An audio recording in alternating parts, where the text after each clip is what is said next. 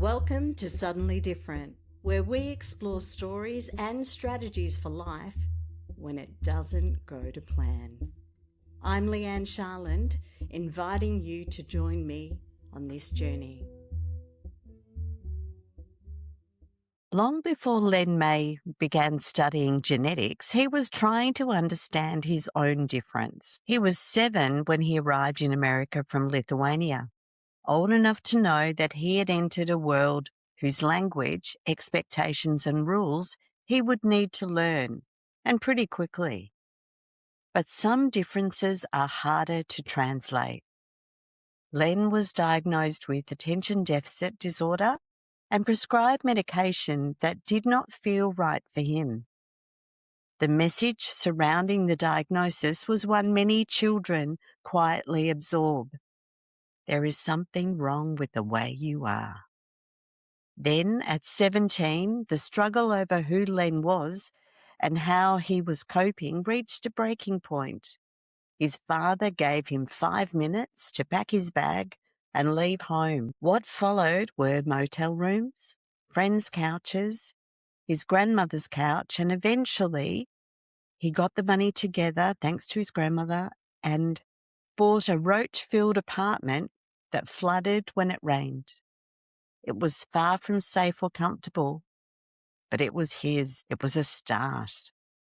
Len's life could easily be told as a remarkable journey from homelessness to entrepreneurship. But that would make it sound far neater than a human life ever is, because Len didn't simply climb towards success. He kept moving through music, technology, consulting, real estate, medicinal cannabis, entrepreneurship, genetics and precision health, sometimes following meaning, sometimes following dopamine, sometimes leaving when a life that looked successful no longer felt like it. Today, Len is the founder and CEO of EndoDNA, the host of Everything is Personal, and the author of Jack of All Trades, Master of Some. His work explores something deeply personal, what becomes possible when we stop measuring people against what is considered normal and begin understanding how uniquely each of us is wired. But beneath the science is a question many of us carry. How much of our life is shaped by who we are, and how much by what happened when the people around us did not know how to understand us? Len, welcome to Suddenly Different. Thank you. What a wonderful introduction. I was going to ask if I can get a copy of that, and I'll use for PR purposes. So Yeah, good. absolutely. Absolutely. Well, that all came out of our conversation, and we could have spoken for hours. And today we get to have one of those hours together. So before we talk about the man, you, who has spent most of your life decoding the human difference, is it okay if we talk a little bit about the little boy and what do you remember about him? Yeah, we can talk about anything you want. What I remember, there's a few things like the immigration process was really interesting. I mean, I remember it vividly. It took us 6 months to get to America from Lithuania. So planes, trains, automobiles, all that stuff. Yeah. Through Poland, then lived in Austria, then from there, Italy, and then finally made it back in different parts of Italy, finally made it back or made it to New York. And we flew from, I think it was Rome to New York, and we landed. And I was just like, wow, big skyscrapers. It was so amazing. And then got into a van and drove to Philadelphia. And like Northeast Philadelphia was nowhere close to being like New York City that I just saw. So it was an interesting, eye-opening experience. Welcome to America at that point. And we stayed with my mom's like third or fourth cousin because that was the only relative in a basement in an apartment with the 3 of them. And their son wasn't really nice to me and was pretty abusive, I would say. In the playground, we would be on swings and he would try to swing me into the pole and all that stuff. Yeah, it was interesting. Maybe he was jealous that I was getting attention or something. Then it was during the Cold War with the Soviet Union, and we escaped the Soviet Union, and everybody still in America was calling me Russian. You're Russian, and your mom wears combat boots. So we would get into it. And I met friends who were also like immigrants, and we started getting altercations with the local population, I would say, as a kid. So that was interesting.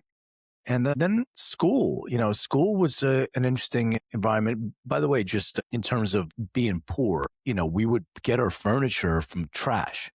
So my dad got some car for a few $100s. My dad has 2 master's degrees. Was an engineer, and my mom was an accountant slash bookkeeper.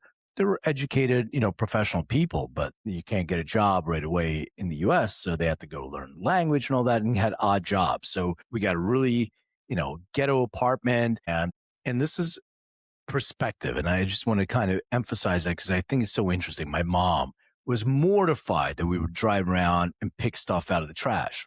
My dad was like, oh my God, they're throwing out a TV. They threw out this. I can't believe it. This is incredible. Because, he would go and tweak it and it worked. So, the mattress came from the trash. The TV came from the trash. The sofa came from the trash. All that stuff came from the trash. And my mom would sit in the car and she would not get out. My dad and I thought it was fun and exciting. I didn't think about it at that time as a kid, 7 years old, or getting out and getting, that trash. So it was interesting, but, there was a lot of expectations and demands of me. And I think my parents never really got me, or at least they don't understand what was going on with me. It was always this whole thing of following rules and not being disruptive. And this goes against my brain. So to give you an example of how this manifested itself, and this is a little bit later in my life. So maybe as a teenager, I would say, or maybe between 12 and 14, somewhere around that. I would go out. So you take the bus to school, you come back by yourself, latchkey kid in the US, your parents aren't there. You can go out and play until the streetlights come on. But when they come on, I have to be home at dinner. All my friends knew if I'm not home at dinner by 6 o'clock, there's a problem. So my dad would get really pissed. And then you would think that people would sit around at dinner and have a conversation about their day. We don't do that. We're quiet at dinner. There's no talking. When you eat, you don't talk. And I have a hard time not talking, just sitting there and quiet. Or so I would move like my chair, and I would get in trouble for moving the chair. Maybe I get maybe more than just a verbal. Mm-hmm.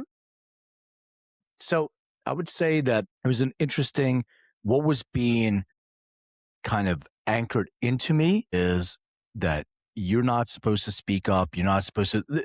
I was always going against the grain. There was something I was doing that was wrong. I spent a lot of time in my room because I was sent to my room, but my room was my sanctuary. So there was no issues there. I would read the encyclopedia. I only had half of the encyclopedia. My parents could only afford A through M at that point. So I would read the Right. encyclopedia. Then later on, they got the rest of it. So then I bought myself a television, the one that you would change the channels with your hand. I know the kids are like, what are you talking about? But we have to do that with only 3 channels. But then Was it color? oh yeah, it was color. Yeah. It was color, right?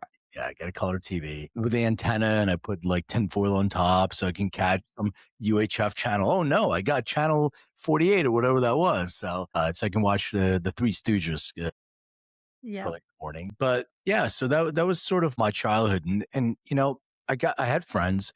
I made a lot of friends with I'm an only child, so my friends became my brothers. That we became really close, and we would hang out at 2 friends. We hang out all like my 2 close friends. We hang out all the time, and school was an interesting thing for me too because it just never really connected to me. There were certain classes that I got stimulated and I was interested in, but very rarely.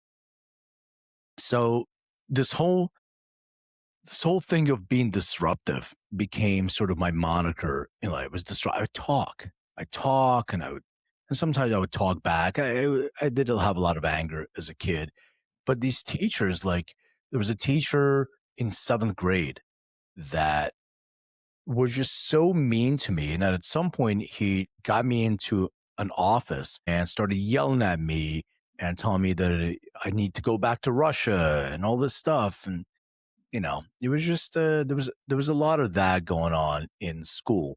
So it was always underachiever. My dad would call me lazy, do nothing, like almost on a daily basis. If I don't wake up in the morning because I couldn't sleep well at night and never slept well because I listened to music to help me fall asleep, and I started recording things off the radio and with a little tape recorder. So he didn't know that I wasn't sleeping at night. He would pour water on me in the morning, so cold water to wake me up. So that was those are some of my experiences as a kid. But I'll tell you a couple other things.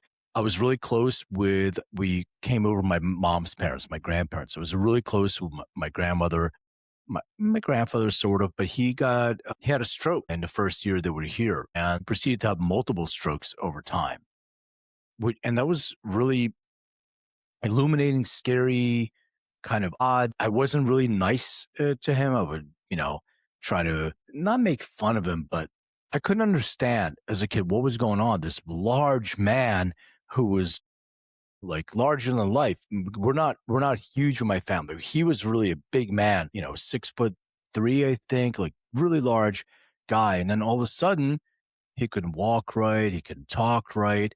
So that always kind of frightened me in a way. And I remember my grandmother, my mom would sit there with bags of prescription medications and would talk to doctors once a month, at least, if not more, about this medication is causing this because this medication is mixed with this, and this dosing is wrong. And you would proceed to have multiple strokes and all these other complications. And I saw that it was coming from this medication. So I kind of decided early on that medication wasn't for me. And I really didn't take prescription medication. Yeah. Yeah. And I can imagine for children that people having strokes, because it's so sudden, and you know, yesterday you were able to walk, yesterday you were able to talk, and then today you can't. I had a mini stroke 5 years ago, and it's completely changed my life. And I used to worry about what my grandchildren thought because I couldn't play anymore. I couldn't be grandma. So it's interesting that your grandfather and your grandmother knowing, because I look at my medication and go, there's something not right here, right? It's not working for me. But when you have a brain injury or I've got epilepsy, if you want to drive, you have to take the drugs, right? Yeah, I think there's a couple of things. First of all, communication is important. Nobody ever talked to me about it. It was just Mm-hmm. you're the kid. You're not supposed to know anything that's adult stuff. And I think if Yeah. somebody would have explained it to me, this is Mm-hmm. what's happening. I think I was smart enough and curious enough where I would understand if somebody said, "Well, this is what's happening. This is what the stroke is," and this what nobody said this to me. So that's why I think it was, my different expectations, different reaction to it. As far as medication goes, it's really unfortunate because we are in this system of sick care and we get all these medications to help us address a symptom. But the root cause, I mean, yeah, blood clots and all that stuff, but is there other things that we can do? And I'm not advocating for this, but when I was in the cannabis business, I mean, I've worked with hundreds of people with different types of seizure conditions and that were taking plant medicine and it was helping them tremendously. But as you said, if you're not going to take your prescription medication, you can lose your driver's license and other things, even though you're doing better with plant medicine instead of that. Well, and that's the thing. It's what's recognized now, right? So the good thing, like in the States, cannabis is legalized, right? It's a choice. It's something that can be used. Over here, it's not. it's still a rarity to be able to use even cannabis oil. It's still, not something that you can easily access. And It's not really a choice. So in the US, as of today, cannabis is a Schedule 1 narcotic. It was recommended by Donald Trump to reschedule to Schedule 3. That Schedule 3, which is prescription, you get prescribed as a controlled substance, right. that has not been enacted yet on a federal level. So states, yeah, there are, I think, 38, if I'm not mistaken. I could be off a state or two, Hmm. states that have a cannabis program. There are a good percentage of them that have adult use or recreational use. So all you have to do is show that you're 21 and you can go into a store and you can pick out, cannabis that you want. Other states have medicinal cannabis. So you have to get a medical card for a condition and then you go into a store and get your cannabis, whatever it is, cannabis oil. CBD is not sold like that. CBD is not permitted to be sold, which is not intoxicating. It's not permitted to be sold in California in dispensaries. It's sold in smoke shops and other places. So the regulations are not clear and are state by state. And what you put in your body from one place to another varies. What the testing regulations are, it varies. So I would say it's mature as a market, but as a system for medicinal or therapeutic purposes, and not at all. Not yet. Not yet. Do you think it will become? Well, yeah, it's a must because now if it's going to be rescheduled to Schedule 3, Yeah. that means that there's two things that happen. It opens up research. So there's going to be real clinical research, clinical trials, human clinical trials at some point. So you'll have pharmaceutical drugs, and we have a couple of them now. We have Epidiolex for epilepsy for Dravet syndrome. So that's one FDA approved drug, but it's not intoxicating, mostly cannabidiol. CBD. And Sativax did not pass. It's a 1-to-1. It did not pass the phase 3 trial, but it's being used in different places around the world as a therapeutic medicine. So that's potential as well. So it will be prescribed. It will be studied. The challenge with that is the pharmaceutical industry is very comfortable with single molecule medications and drugs. So they take a molecule. They try to do this with THC. They create a Marinol, which is a synthetic type of cannabis. The challenge with that is the cannabis has hundreds of components: cannabinoids, flavonoids, terpenoids. So this doesn't really work well with the pharmaceutical industry because they're not used to synthesize. You can't do all that. Now, there is a apparel industry that's being regulated, like the nutraceutical industry. So when I live in Los Angeles, but I'm from Philadelphia. If I go and buy my multivitamin, my supplement, and it has a label on there, it's approved by the USDA or whatever, I know that I don't have to worry about it. It'll be identical in Los Angeles as it is in Philadelphia, California, Pennsylvania, same. But with cannabis, it's not. So at some point, there needs to be a regulating body, which is probably the USDA, FDA, whoever it is, a combination of both, that's going to say this is a drug, this is something that is prescribed, but this combination of components is a nutraceutical. You still need to get permission, but what you're putting in your body is labeled on there, so you know exactly what's in there. The combination of those cannabinoids and flavonoids and terpenes are associated with an effect, and they're associated with a condition. Now they can start taking that specific oil that has all those components and matching it to a specific disease or condition. And let's look in observational / clinical studies to see what's working. So there is a vehicle that's available for them, and it will need to be legal. And then you have sort of your I guess small batch cultivators, and it's the same thing as I hate comparing it to the alcohol industry, but you have the large distilleries, the Anheuser Busches, and then you have your local shop, that brews their own. So I think it'll be something similar to that'll happen, but it needs to be fully legalized, fully compliant, because to get out of the dark ages, we need to know what we're putting in our bodies, and we need to have consistency, and we need to have oversight as far as testing goes. Yeah. Yeah. It's very important that we have that consistency because as you said, one plant or one purchase is not the same as another, and there's no consistency, even within a shop, I gather. Hmm. So with attention deficit disorder, so does that continue to play out in your adult life, or is it something that is really part of who you are, right? It isn't a problem. It's just, this is how I am. I mean, it's not a problem for me because I Yeah. learned how to navigate around this is who I am. You're absolutely right. So I think that people don't understand, and even experts in ADD don't understand. It's interesting to me because a lot of experts, a lot of doctors that treat people with ADD don't have ADD. So I find it fascinating that they're telling me the way just because you see something on a scan doesn't mean that you feel what I'm feeling. You don't have that condition or whatever it's called. So it's hard for me to really take these people seriously unless they have the condition themselves. And I think it starts with understanding your genetics. So there are genetic predispositions to ADHD. And if you have a combination of several genetic markers, it's called polygenic, you're expressing that epigenetically more likely than not. So you can have a genetic predisposition to ADHD and never have it turn on. So basically, you're born with depletion of dopamine.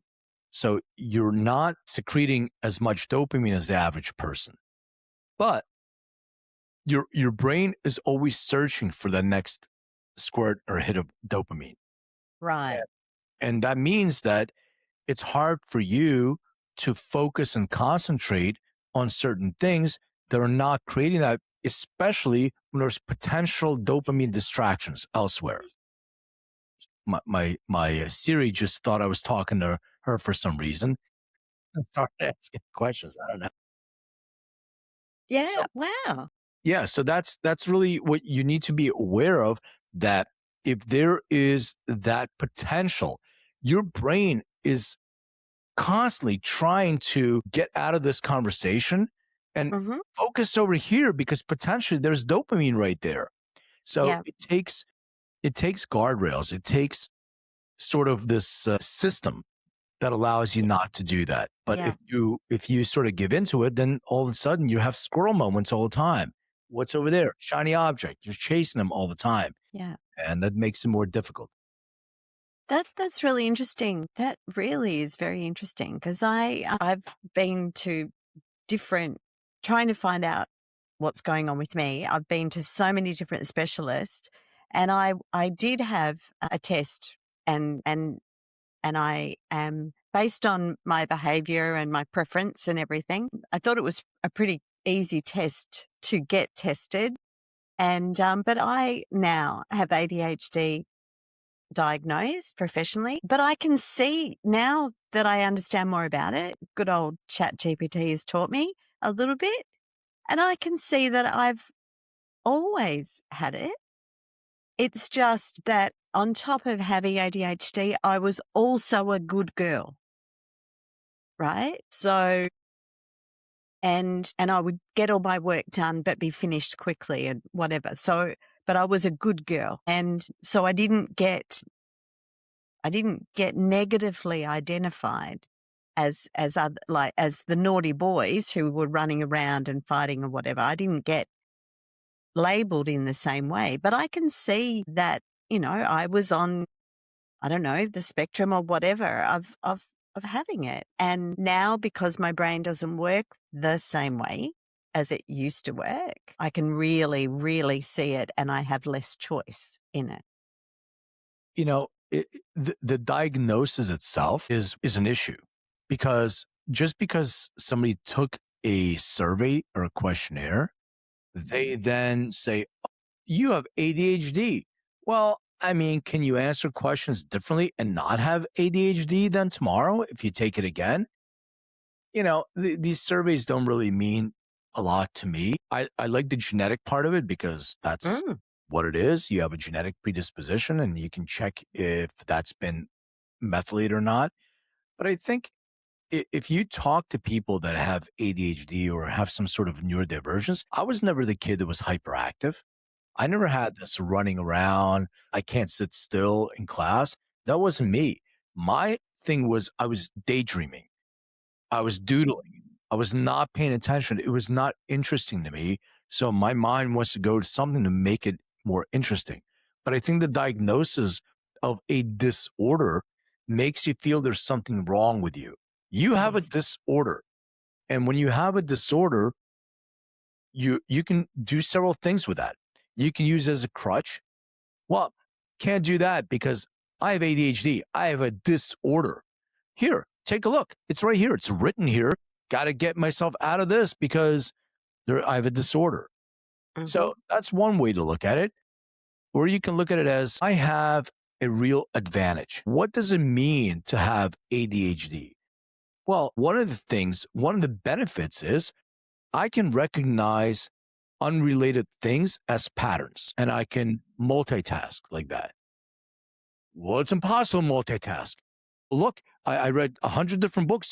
There's a book written by Gary Keller, who's the founder of Keller Williams Realty, who's one of the biggest real estate companies in the U.S. and North America, possibly. And he wrote this book, The One Thing. You cannot do more than one thing at a time. If you want to be successful, you have to focus on one thing. That's for him, and that's the way he's successful. I mean, you're going to tell Sir Richard Branson that you can only focus on one thing? He's got 400 companies. No, Richard, you cannot do 400. You can only do one because you can only be successful one at a time. It doesn't make sense. And this narrative that we shove down everybody's throat of if you're not like me, you have a disorder. Something's wrong with you. Yeah. Well, if I'm not like you, that means that I am somewhere on the spectrum of neurodivergence. My brain doesn't work like your brain, but neither does Elon Musk's, and neither do 80% of billionaires in this world that think differently. It's, it's, I call it modern genius because really that's what it is. When I was a kid, we had a class for slower kids. Some of these kids weren't slow. They just learned differently. And I learned differently. And I just think that when you said, you're diagnosed and now you have this and that, and you always have, of course you always had this, but it didn't become a acknowledged challenge that you had to overcome until somebody stamped you with this scarlet letter that you're wearing this badge of, oh no, disorder, here it is. So Well, yeah, because before it was my brilliance, right? The word is not, ruthlessness is not right, but I was ruthless in finding an answer. I would continue to go and go and go and work hours and hours and hours until I'd solved a problem, right? Just within myself, not within other people. I just was like a dog with a bone. I just would not give it up. But then that can be called tenacity, right? so with ADD, there's two parts, and I'm just talking about myself. And Yeah. actually, I can talk about other people as well because I wrote a book on it. But I'll give myself as an example because different. It shows up differently in different people. And there's that spectrum effect. But there's two things. Dopamine is the anchor. So you can either go on different directions to try to find dopamine now. Where am I getting this from? Or you hyper focus because you're being stimulated. So if you're doing research and you're so interested in trying to find and solve it, you will Mhm. sit there until you solve it because it's exciting, it's interesting, and it's stimulating, and it's getting that dopamine hit. So the more you do it, the more dopamine secreted. The more you do it, the more dopamine secreted. And that's what happens when we procrastinate as people with ADHD. So I'll say, I don't have a really good sense of time. But shit, when my back is against the wall and I need to get there, I need to finish a project, I will work tenacity, as you said. I will work hyper focused because all my dopamine, I have to get it done. And that anchors that in a neurochemical release. The same way as you're doing something that interests you so much, research. Like for me, I used to paint. I guess I still do once in a blue moon, but not as much as I used to. So I would paint, and that would be my hyper focus mode. I don't know. Nothing else is happening in the world right now. I'm connected with this painting and I'm having an interaction. The more I do it, the more dopamine. And I'm doing it for hours. And I'm not thinking about, oh, I need to make a phone call. I need to do this. Like a million things that always go through my mind because I'm hyper focused on that. So if you can start priming yourself for that, now that's the start of creating the guardrails for your own version of ADD. And I, I don't want to use myself as an example, like you would a dog when you train a dog. But when you train a dog, the dog is supposed to, when they do something good, they get a reward. So you're stimulating their dopamine center, and they remember, oh, well, I just went outside or I did this and I got a treat. That stimulates dopamine. So I'm anchoring that and I'm going to do it again and again and again because I'm getting a treat. So we need to do that to ourselves. And we need to be able to reward ourselves at the end with a dopamine hit, even if we're doing something we don't love in the moment. And I think this is the thing to be able to remember. I mean, everybody in general, but especially people with ADHD, they say they can't focus. I can't. Get that word out of your mouth. Yeah. You haven't yet, not can't. Yeah. You will, but you just haven't got to it yet. And it's this thing of discipline. And this is the hardest thing to do with an ADHD brain is to discipline yourself. Like, you do habits, you do this for a few weeks and you'll get it. In 28 days, you form a habit. It's there for life. No, it's not. Not for me. No, it doesn't. I have to do it for as long as I have to do it. But it's that carrot, that dangling. Going to the gym. I am not a fan of going to the gym. Once I get there, I'm fine with it. But it's like, hey, let's go to the gym, work out. I'm not that guy. But I go 4 or 5 days a week. But I love the sauna. Love it. That's my moment of like relaxation. So I know that going to the gym equals sauna. And if I spray some eucalyptus in there, it's even better. So I'm going to the gym to do the workout so I can hurry up and get to the sauna. And that's sort of my anchor, my dopamine hit. So these are the things that we need to practice. Isn't that so interesting? So dopamine, I'm going to have to study dopamine more to really understand it because I know, pardon me, I know that it's related to a lot of the neurological problems like Parkinson's and things like that. And very, very interesting. Parkinson's is also like all these different conditions. We talk about inflammation. They're inflammatory conditions or autoimmune responses. And it's funny how interconnected we are. We're in the middle of a clinical trial. We just finished Alzheimer's and starting on Parkinson's now, where I think we started next autism. But it's interesting how interrelated all of them are because they have a lot to do with this galactin-3 protein as amyloid plaque. The same plaque that's in our arteries is the plaque that clogs our brain arteries or synaptic transmission. But nobody connected the dots for a long time. And it has to do a lot with the type of nutrients, the type of food that we put in our bodies. Now, on Alzheimer's, for instance, there's a couple of genes called APOE4, and those genes are associated with a greater potential to express Alzheimer's. However, if you're going to also eat unhealthy, a lot of omega-6s, seed oils, all these different things that clog your arteries, well, you're probably 50% more likely to develop Alzheimer's than if you didn't. And even if you didn't have the genetic predisposition and you were still, consuming those things, you're on the higher risk to develop Alzheimer's, even though you may not be predisposed to that. So it's pretty simple. Do the things that are associated with minimizing or mitigating the expression of your genetic predispositions. And most people don't even know their genetics. They have no idea. They do their DNA report to find out, what origin their ancestry came from.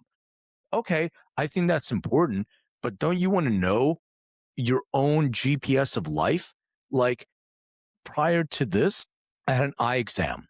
My eyes seemed off a little bit. So I had an eye exam today and I get one. It's been a little bit over a year and I'm watching TV and it seems fuzzy. And the other thing is I don't need readers. Yeah. But if I don't take off my glasses, I can't really read because I need them from far away. And now I have to find that middle ground to where I'm reading as well. I'm in my mid 50s, so it's probably normal. So almost 2 years ago, I got my eye exam, and my prescription got better. So I was less negative, also 0.25 on both eyes, less, even better. Wow. Or more, I guess, since I'm Yeah. subtracting more. So I go to get an eye exam today, and I'm like, yeah, it's my vision's a little bit off, and I think I need new glasses. And she's like, you're right, your eyes got better again. I'm like, is that even possible? Another negative 2.5 on both eyes, higher. I'm like, is that even possible? He's like, yeah, you're getting closer to 20/20 vision. How is that possible? She's like, you probably have good genetics. I'm like, oh. My mom cannot say, she can't see far like me, not that bad, but she can still read. She's almost 80, and she can still read without readers. My dad sees great far away, but he needs readers. So I got the combination, I think, of both of them, the recessive genes, and now Yeah. my eyes are getting better with age. How? Doesn't make any sense, but maybe it's in my genes. Well, that's right. And that brings me to the company that you're created now, that you're CEO of, working with uncovering. So you work. Explain your company. Yeah, I think, just to connect it with cannabis and then get out of that just to make sure I come full circle. So what was happening was when I moved to Los Angeles from Philadelphia, I was trying to figure out what to do. I was a commercial real estate broker. And it's 2009, not a great time for real estate. And I was kind of burned out because 2008 was just a brutal year. We all know that, the real estate collapse, what was happening. So I was trying to figure it out, and the universe brought me an opportunity. And these guys wanted to open up alternative pharmacy, ended up being a dispensary. So they offered me a partnership, and we opened up a dispensary. Then we opened up another one. Then we opened up another one. We ended up getting 5. We only opened up 4. But the one thing that I started to see was 2 people will consume the same varietal and a complete different experience. So we're talking about hyper-focus. That was my hyper-focus moment. I was like on the internet trying to research, and I found a video of this guy that's doing genetic sequencing of the plant. And he was explaining, like, you have this plant, it's called one thing, but when I sequence it, it doesn't have those components that are related to this specific chemical variety. So I was fascinated, and I ended up working with them, and they taught me how to do genetic sequencing in the plant. So I would extract DNA from plants and pipette it. And I was in the lab and the code and doing all that stuff. And I was just like fascinated by that. It's super cool. And their parent company was doing what's called pharmacogenomics. So it's a study of how drugs affect individual bodies and that contraindication, drug to drug interaction we talked about earlier. So I got into human genetics, and I was like, well, we have plant genetics here. We have human genetics here. Let's bring those 2 together. And they didn't want to do that. They were focusing on the plant. They actually closed down the human side. So I was like, okay, opportunities. So I took some scientists with me and launched EndoDNA, my company, now in 2017. So the first foray was an endocannabinoid system test. It was a test of your own endocannabinoid system, genetic test. And we got a patent on that for the use of DNA to make recommendations associated with the endocannabinoid system. We have tens of thousands of customers all over the world, 9 different countries, including Australia, UK, everywhere. And then I got a call from a doctor friend of mine back in like early 2024. And she said, look, I'm seeing a lot of younger women. They're in their late 20s, early 30s with perimenopause symptoms. Yeah. And I'm seeing a lot of women in menopause that are experiencing menopause, but having really adverse effects: hot flash severity, hot flash frequency, weight gain, sleep issues, all those things. So is there a way we can get ahead of these? I was like, yeah, for sure. I always say yes, and I figured out later. It's my entrepreneurial kind of shortcut. So then I figured it out, and we met with the team, and we built a female hormone health test. Then I realized in talking to other colleagues that there's menopause. It's like, menopause? No, I should be in full-fledged menopause. It's called andropause, actually. It's the male version of menopause. where, Yeah. we have hormone changes, a lot of different things that happen to men as well. So we build a male hormone health test. And then I kind of flipped the company and said, we're going to focus on helping doctors. We're going to be a B2B company. We still have an endocannabinoid system test. That's the only one that's available to the public. Everything else, we serve doctors. We're going to provide doctors enough testing and a platform that allows them to do precision medicine. That's what I want for myself. So I was Yeah. going to talk in front of a bunch of doctors, and I was going deep into genetics. I'm not a geneticist. I'm just like, a guy who's interested in, like, called a polymath, I guess. I'm just Yeah. interested in a bunch of different things. So I got deep into genetics, my understanding of it. And I was talking to him about different allele combinations and all these different things. And at the end, I was like, any questions? No questions at all. Like, man, I didn't do that great of a job, but I left my email and my phone number in the last slide. And within 30 minutes, I started getting text messages and emails from different doctors that were asking me questions. And I realized two things. They didn't want to ask a question in front of their colleagues, number one. Number two, they don't really understand genetics. And I started talking to my doctor friends like, we had a class back in medical school, or we had a class in graduate school. Or we don't use it right now. Most of them. There's doctors that know, of course, but most of them, because we're so siloed, we have specialties. You go to an endocrinologist and you go from this person. They all have specialties. So, and they don't interact. So I said to my team, I said, we need to build our platform with a built-in way for doctors to interrogate the genome. Let's get them comfortable that they can ask questions of the platform about anything they don't know. Now they'll be informed and they can have an intelligent conversation with their patient and really have a true partnership for their healthcare journey.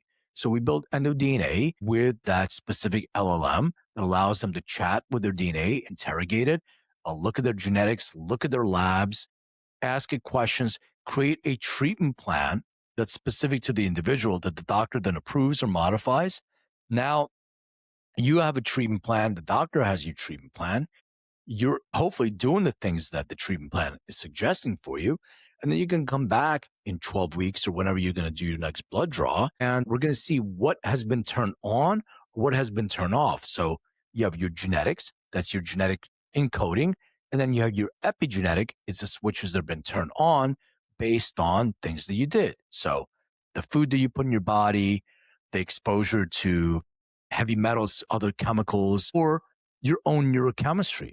So if you're walking around with stress spikes throughout the day where cortisol is being secreted into your bloodstream, but it's not the morning, you don't need it, your immune system becomes over or under, it's expressing itself over under where you need it. So if you have predispositions, that's where the autoimmune conditions come in. Your immune system's overreacting. So it's actually overreacting to your own body or something that's going on internally, or underreacting to that. And if you have gut health issues and you have predispositions to that, it can turn those on as well. So anyway, the idea is to be able to bookend the experience. Not only are you creating patient-reported outcome, you have the epigenetic test, you have wearable data from your wearable device. All that comes back to the doctors. So when you see them again, they can track how well their protocol, their treatment plan is working for you, and to tweak that. So it's always longitudinal care, means getting ahead of these conditions before they express themselves.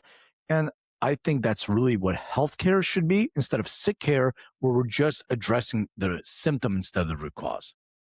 Yeah, that sounds really interesting. So what is there a specific branch of doctors that use it? Are they more the functional medicine doctors Yeah. that use it? Yeah, I would say functional medical or integrative medical professionals. They're most of our customers, and also doctors that specialize in hormone health, doctors that are looking at cognitive health.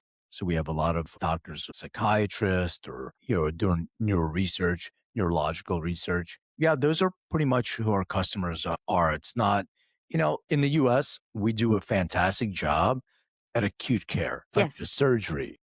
Yeah. If I have a fracture, fantastic. Best in the world, I would say, up against anyone else.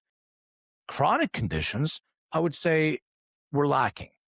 And the reason why is because the idea of giving you a pill for a symptom doesn't necessarily solve the root cause of what's going on, but that's how it's conditioned. So this is the way I want to be treated. We all want to be treated as individuals, and doctors don't have the time or they don't have the incentive. So when you have cash-based functional medical professionals, they can do a full analysis and assessment of you and really continue to get ahead of them. But you have to do the work. You can't just depend on the doctor. And that's when it's difficult because a pill is easy. Hey, my elbow hurts. Take a pill for that. Keeps hurting. Keeps hurting. I see it with my parents, but if you can get ahead of that and say, okay, I need to hold myself accountable to put good things in my body, to exercise, to, have mindfulness practice, all these different things, get good quality sleep. Now I am accountable for my own health and wellness. So not just, hey, I'm going to take a pill for that. Yeah. Yeah.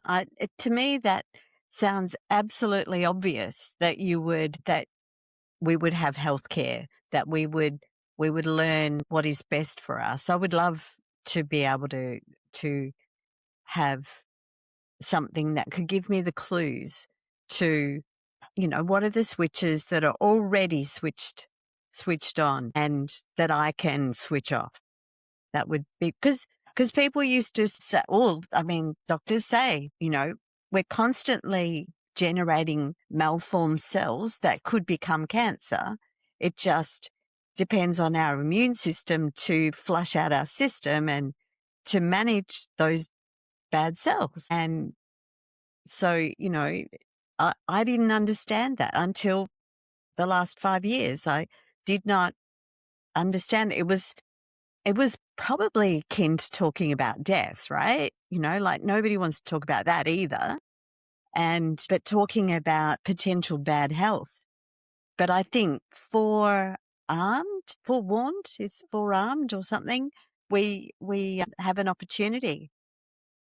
So Len, in your extremely broad life, I haven't asked you the suddenly different question, but I can see the pattern of your grandfather's stroke and the grandmother's pill. I can see the things that you've done in your life from the things you've already shared. But is there another thing that you would say was a suddenly different moment that helps also bring your life sort of to the trajectory that it is today? I think it's many moments of taking action. So I think a lot of people are getting ready to get ready and they're afraid of failure. And I'm not saying I don't have any fears. I have plenty of fears. I do it anyway. So I think this is one other moment that was illuminating to me going back. So when I was homeless or whatever you want to call it, unhoused, I guess they call it these.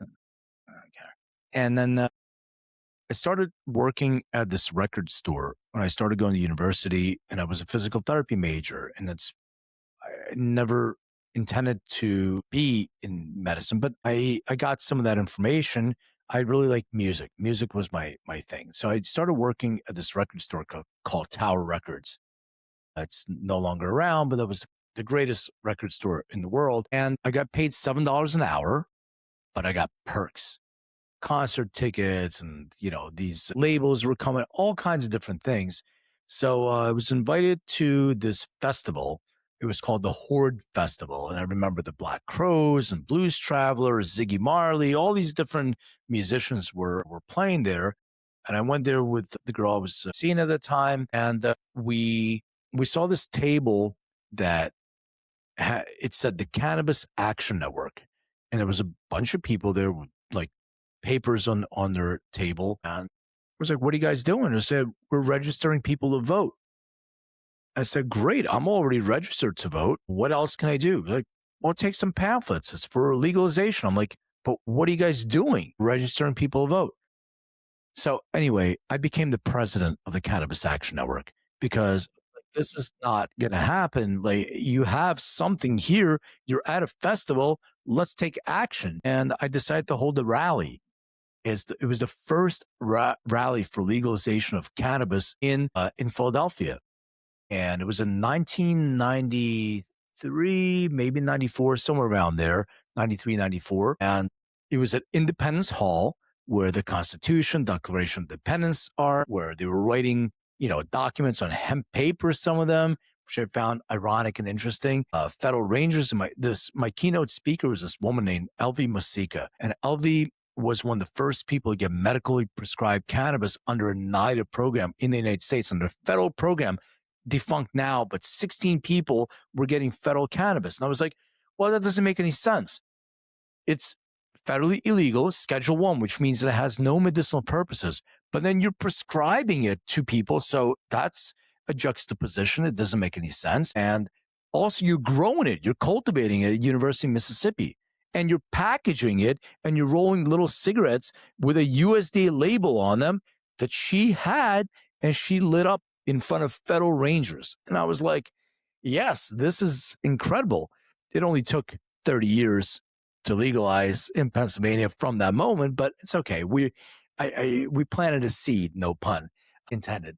And then the next morning, my girlfriend was an artist, and she had this sculpture that we built, this big sculpture in my place. And everybody stayed over after the rally. All the people from the Cannabis Action Network, had some musicians there, and we got woken up to a loud noise, something like crash, bang, whatever. And Elvie walked into the statue and broke it. And the reason why is Elvie had degenerative glaucoma. She was legally blind. She wore big, thick glasses and couldn't see anything until she medicated with cannabis. And I was like, I don't understand. I'm taking cannabis for my ADHD. You're taking cannabis for your glaucoma, which is, by the way, documented that it works. There's nerve pressure and stuff like that. So that was the moment I sort of realized that, wait a second. First of all, this plant is amazing and it can be used as medicine. Second of all, it's personalized.